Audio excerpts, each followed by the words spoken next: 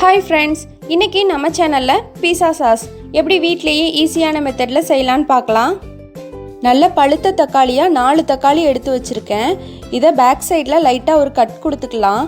இத ஒரு 2 minutes boil பண்ணி எடுக்க போறோம். இதுல இருக்கிற ஸ்கின் ரிமூவ் பண்றதுக்காக தான் நம்ம ஒரு 2 minutes குக் பண்றோம். ஓவர் குக் பண்ண தேவையில்லை. இப்போ 2 minutesல அது தோல் எல்லாம் பிரிஞ்சு வர ஆரம்பிக்கும். இப்போ ஃப்ளேம் ஆஃப் பண்ணிரலாம். தக்காளி நல்லா ஆறுனதுக்கு அப்புறமா ஸ்கின் ரிமூவ் பண்ணிடலாம். இது பாயில் பண்ணதுனால இது தோல் எடுக்கிறதுக்கு ரொம்ப ஈஸியாக இருக்கும். இப்போ இதை கட் பண்ணிவிட்டு மிக்ஸி ஜாரில் போட்டு அரைச்சி எடுத்துக்கலாம். இப்போ கடாய் ஹீட் பண்ணிவிட்டு 2 டேபிள் ஸ்பூன் ஆயில் சேர்த்துடலாம். 5 பூண்டு பல் சின்ன சின்னதாக கட் பண்ணி வச்சுருக்கேன், அதையும் சேர்த்துடலாம். இது நல்லா கோல்டன் ப்ரௌன் ஆகணும். இப்போ நல்லா ப்ரௌன் ஆயிடுச்சு. இந்த டைமில் மீடியம் சைஸ் பல்லாரி ஒரு பல்லாரி நல்லா சின்ன சின்னதாக கட் பண்ணிவிட்டு அதையும் ஆட் பண்ணிடலாம். இப்போ அந்த பல்லாரியோட ராஸ்மெல் எல்லாம் போனதுக்கு அப்புறமா அரைச்சி வச்சிருக்கிற தக்காளியை இதில் சேர்த்துடலாம். 1/2 டீஸ்பூன் உப்பு சேர்த்துடலாம். 1 டீஸ்பூன் சுகர் சேர்த்துடலாம். 1 டீஸ்பூன் சில்லி பவுடர் சேர்த்துட்டு நல்லா மிக்ஸ் பண்ணி விட்டுடலாம்.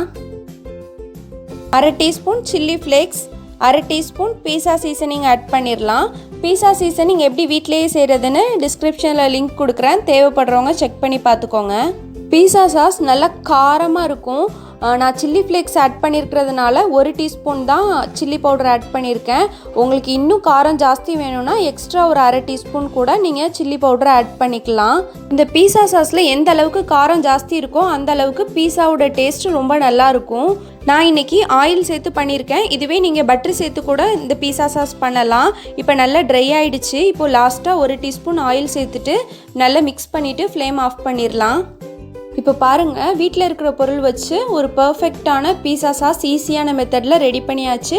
கண்டிப்பாக நீங்களும் ட்ரை பண்ணி பாருங்கள். இந்த வீடியோ உங்கள் எல்லாருக்கும் யூஸ்ஃபுல்லாக இருந்துச்சுன்னா லைக் பண்ணுங்கள், ஷேர் பண்ணுங்கள், நம்ம சேனலை சப்ஸ்கிரைப் பண்ணிக்கோங்க. Thank you friends.